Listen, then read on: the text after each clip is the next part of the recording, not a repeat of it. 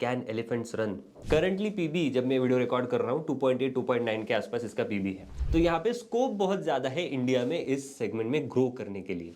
Then liquidity जो है तो मार्केट में इन्फ्यूज हो रही है। तो अगर हम देखें तो एचडीएफसी बैंक के साथ क्या हुआ है, एचडीएफसी बैंक के साथ दो चीज़ें हुई है। तो इस वजह से वैल्यूएशन में डी रेटिंग हमने यहाँ पे देखी है in case of HDFC bank. तो यहाँ पे एक क्वेश्चन आता है कि जो borrowing as a percent of total liabilities है तो वो रिड्यूस करने का इरादा क्या है, like what they want to do with that.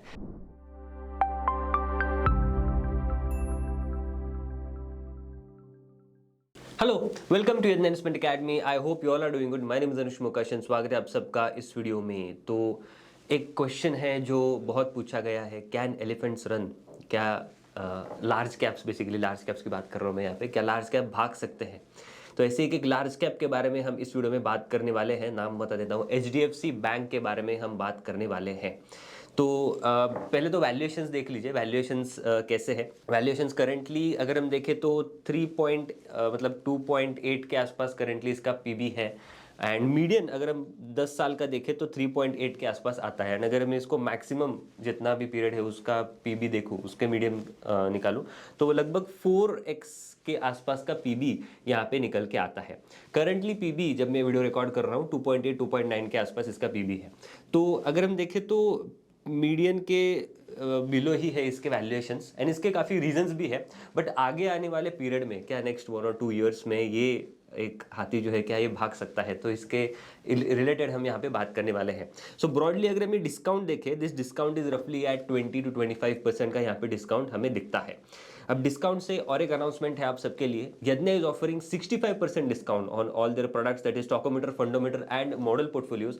तो अभी तक आपने अगर हमारे प्रोडक्ट सब्सक्राइब नहीं किया है तो कैन कंसिडर सब्सक्राइबिंग। आपको यूज करना है coupon code happy Diwali and आपको यहाँ पे 65% तक का डिस्काउंट मिल जाएगा। तो आई होप इस ऑफर का लाभ आप जरूर उठाओगे। तो चलिए आगे बढ़ते हैं इन द डिस्कशन। तो पहले ब्रॉड अगर हम यहाँ पे देख ले कि बैंकिंग सेक्टर या क्रेडिट सेक्टर में अगर क्या हो रहा है, तो credit to deposit ratio as of CY 2024 आप देख सकते हो रफली 42% है। दिस इज हाउस होल्ड का, household credit to deposit ratio की मैं बात कर रहा हूँ।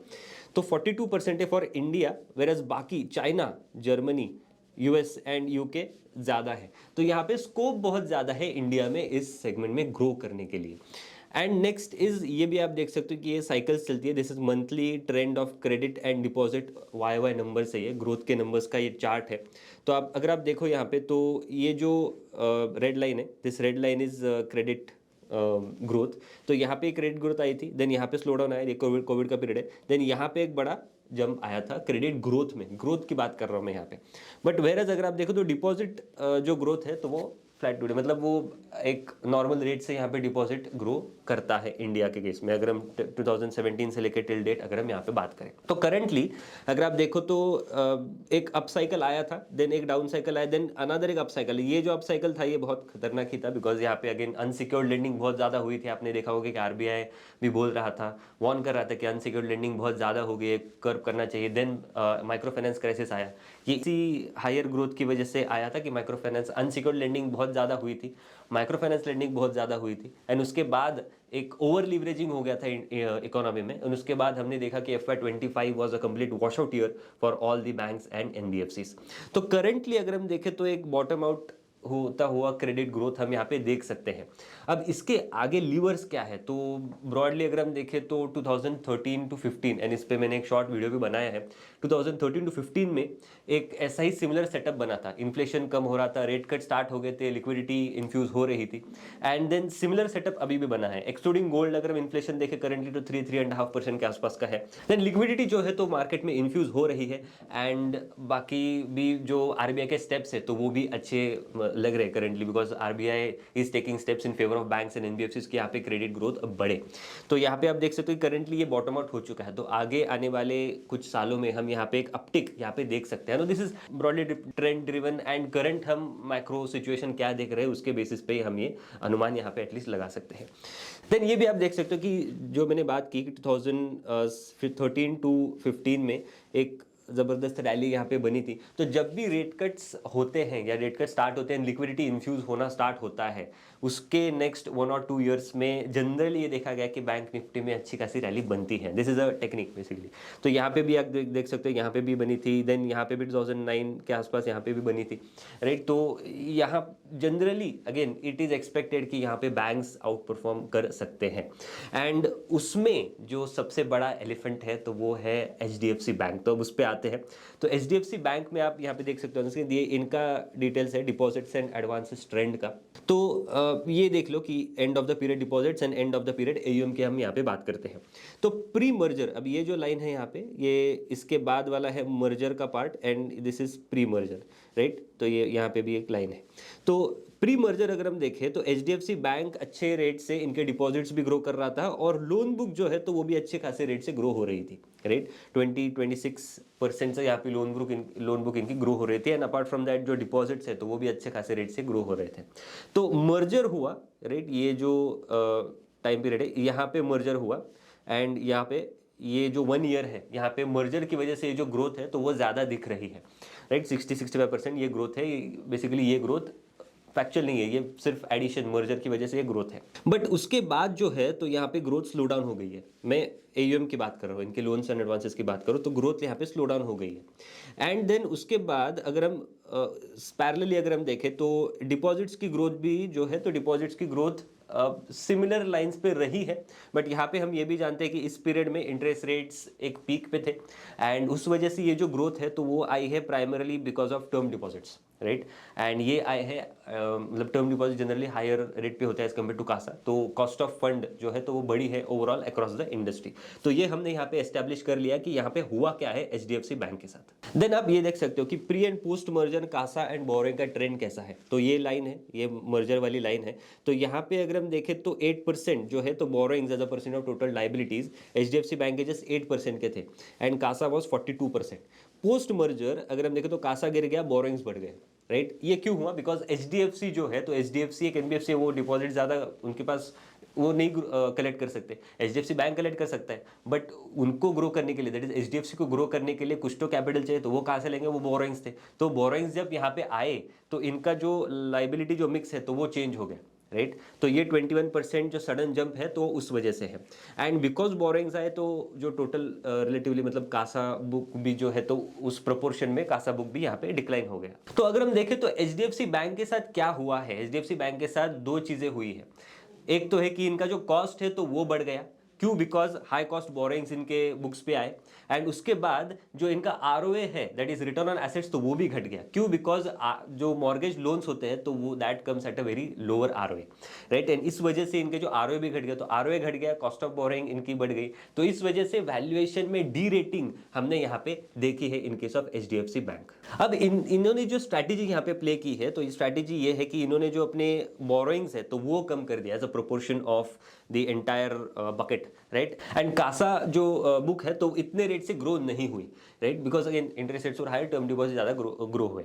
अब यहाँ पे हुआ क्या है कि जैसे हमने बात की कि जो पोस्ट मर्जर है इनका कॉस्ट ऑफ फंड जो है तो कॉस्ट इंक्रीज हो गए basically because of this rate. And ROA जो है तो वो घट गए एंड ROE भी घट गया इनका। तो इस वजह से एक डी रेटिंग हमने देखी है इन द स्टॉक प्राइस।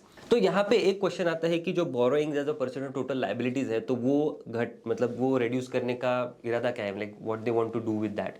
ये इसलिए है क्योंकि उनको अपना credit to deposit ratio improve करना है। एंड अगर credit to deposit ratio improve होता है तो इनकी cost of funding and NIMs एक लेवल पे स्टेबलाइज हो सकते हैं। Because higher cost of borrowings इनकी कॉस्ट ऑफ फंडिंग बढ़ा देता है। एंड रिलेटिवली अगर हम देखें तो जो डिपॉजिट्स है तो that comes at relatively lower cost of borrowings. तो इस वजह से इनको जो निम्स है तो यहाँ पे इनको निम्स में ज़्यादा बेनिफिट मिलेगा। तो अब आगे जो है तो ये जो borrowings as a percent of total liability जो है तो अब धीरे धीरे प्लेट्यू हो रहा है। एंड आगे आने वाले कुछ सालों में HDFC बैंक यही कह रहा है कि हम जो है FY26 में इंडस्ट्री ग्रोथ के पैरेलल ग्रो करेंगे एंड FY27 में वी विल एक्सीड और will out perform the industry growth. अब ये क्यों है? बिकॉज अब तक इनकी जो ग्रोथ रही है तो उन्होंने सुमोटो स्लो रखी है बिकॉज उनको अपना credit to deposit ratio improve करना था इसलिए। देन ये आप देख सकते हो ये Q2 FY26 के इनके डिटेल्स है। ये यहाँ पे जो ग्रोथ आई है that is in line with the industry growth rate. Total अगर हम ग्रॉस एडवांसेस देखें तो 4.4% की यहाँ पे ग्रोथ है, which is in line with industry growth rate of रफली 4.5% के।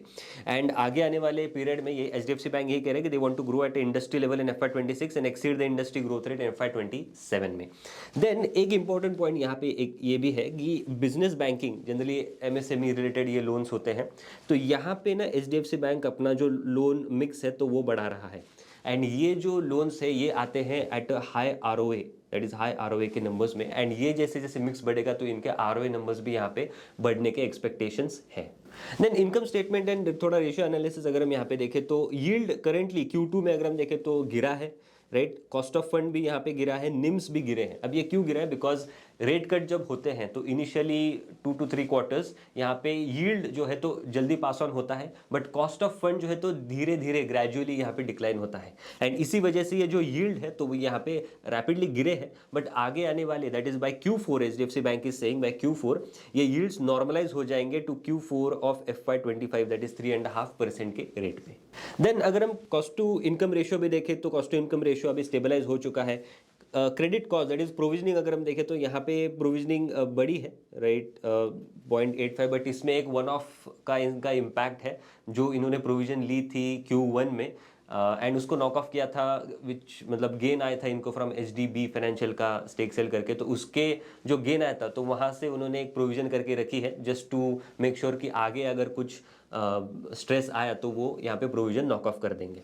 एंड यहाँ पे आप देख सकते हो इनकी जो प्रोविजन है तो currently they have a provision contingent buffers of 61 basis points and ये बड़ा है as compared to June of 25 that is 58 basis points पे था। तो आगे अगर कुछ भी स्ट्रेस आता है तो एचडीएफसी बैंक इज मतलब रेडी है कि उनके पास वो प्रोविजन जो है तो वो सारा का सारा चीज़ यहाँ पे रेडी है, तो ये प्रोविजन यूज करके उसके अगेंस्ट वो जो बैड डेट्स है वो नॉक ऑफ कर सकते हैं। तो इससे होगा क्या कि इनकी जो प्रॉफिटेबिलिटी है तो वो अच्छी दिखेगी, ऐसा एटलीस्ट इस डेटा से हम यहाँ पे कंक्लूड कर सकते हैं। देन ब्रांच एडिशन भी इनके अच्छे खासे रहे हैं इन द लास्ट, अगर हम Q1 से लेके अब तक अगर हम देखें तो रफली 2000 से ज़्यादा इनके ब्रांच एडिशन हुए हैं।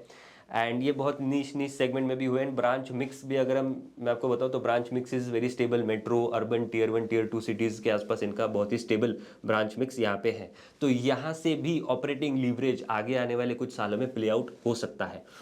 सो ऑल इन ऑल कंक्लूजन क्या है? What is the conclusion? तो first is improve growth outlook and ROA का एक्सपेंशन। तो मतलब ग्रोथ आउटलुक तो हमने देख लिया कि now they are growing at industry rate. FY26 में उन्होंने कहा है, FY27 में अगर ये एक्सिट करते हैं ग्रोथ रेट इंडस्ट्री का तो यहाँ पे अगेन वैल्यूएशंस में हम मतलब मे बी एक री-रेटिंग यहाँ पे देखी जा सकती है।